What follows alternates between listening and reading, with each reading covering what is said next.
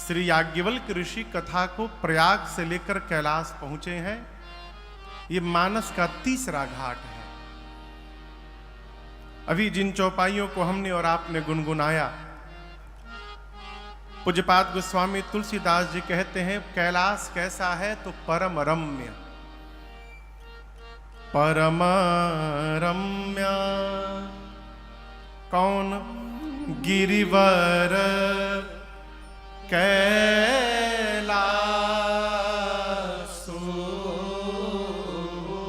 अब ये दर्शन करिए कैलाश परम रम्य क्यों है?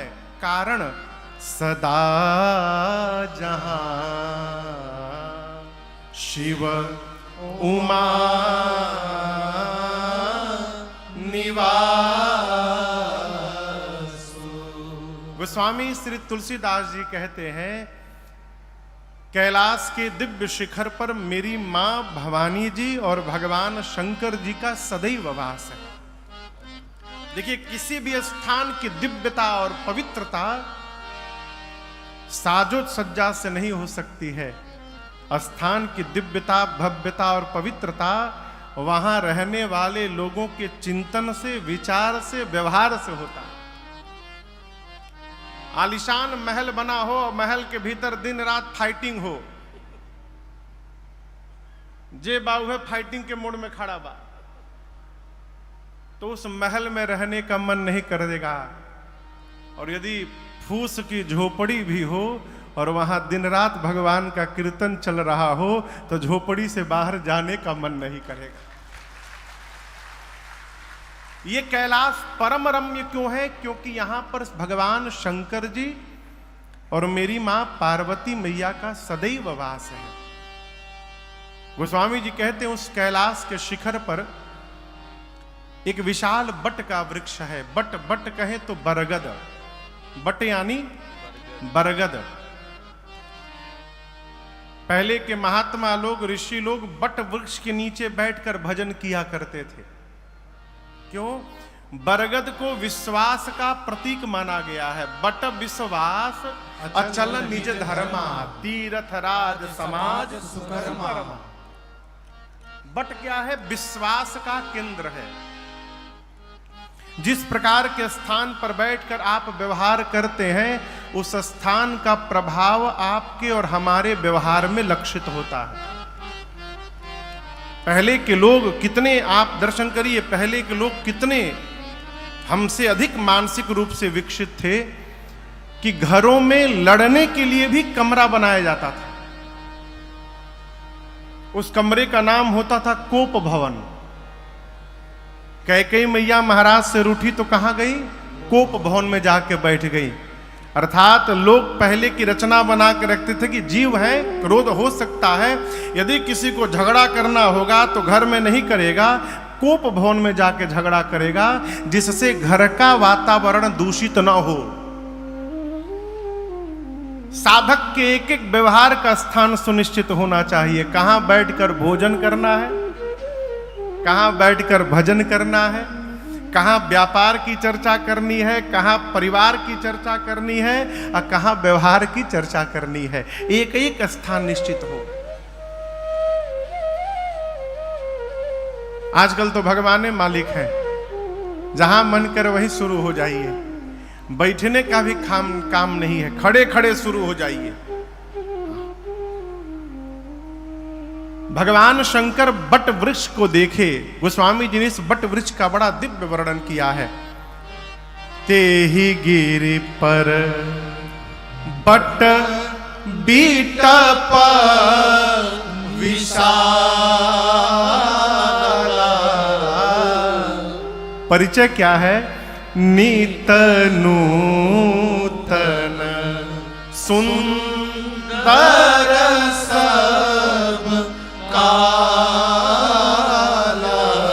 गोस्वामी जी कहते हैं जो बरगद का वृक्ष है नित नूतन है। नित नूतन यानी किरण जी नित्य नवीन।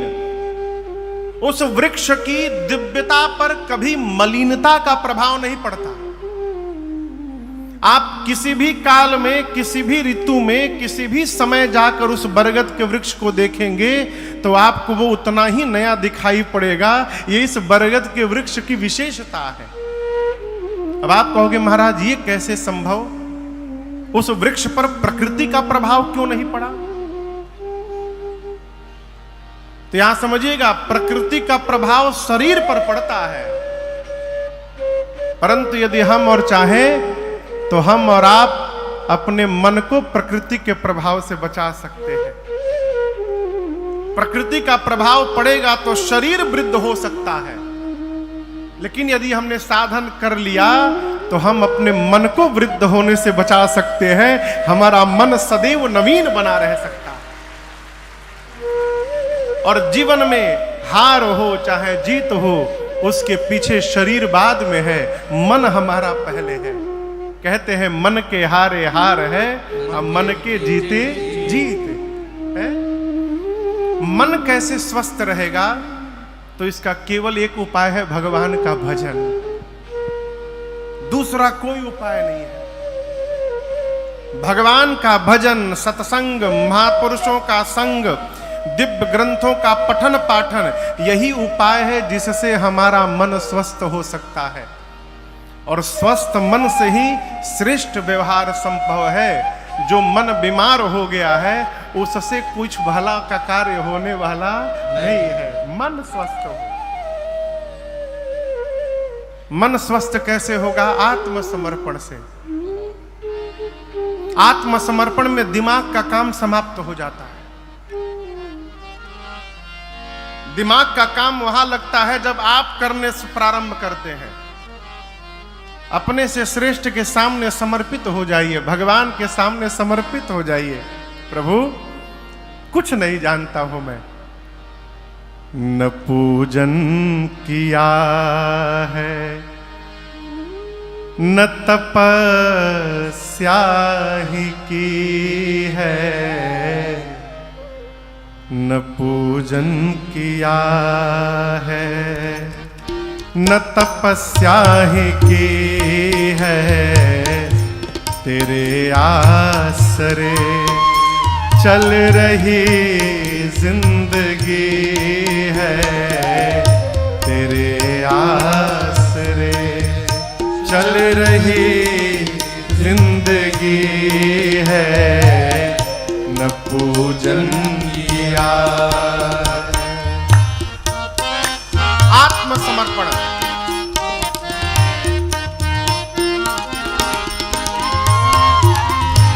मेरी आय है तेरे नामों की चर्चा, मेरी आय है इनकम नामों की चर्चा, तेरा नाम ही नित्य करता हूँ खर्चा, तेरा नाम ही नित्य मैं करता हूँ खर्चा, तेरा नाम ही नित्य मैं करता हूँ खर्चा।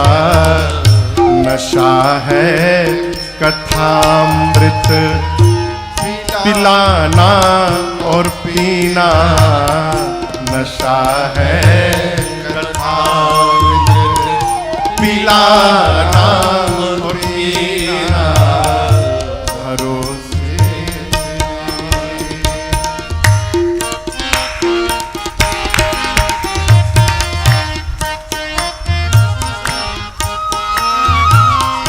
कथा मुक्ति सागर है, यही साधना है, कथा मुक्ति सागर है, यही साधना है, तेरा नाम लेना ही आराधना है, तेरा नाम लेना ही आराधना है, तेरा नाम लेना ही आराधना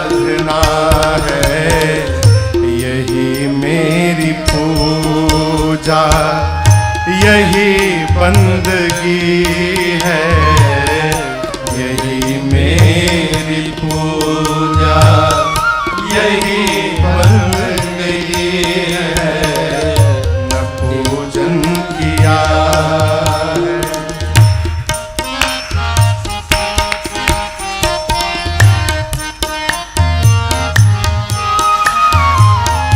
जो है पास में तुझको अर्पित किया है, जो है पास में तुझको अर्पित किया है, ये जीवन ही राजन ने समर्पित किया है, ये जीवन ही राजन समर्पित किया है, ये जीवन ही राजन ने समर्पित किया है।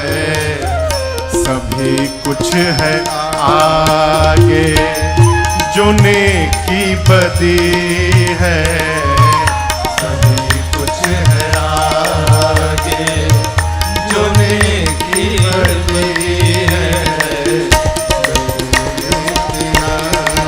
चल रही जिंदगी है, चल रही जिंदगी है, न पूजन किया, न पूजन किया, न पूजन किया। आत्मनिवेदन कर दीजिए, है भरोसे तेरे चल रही जिंदगी है, न पूजन किया।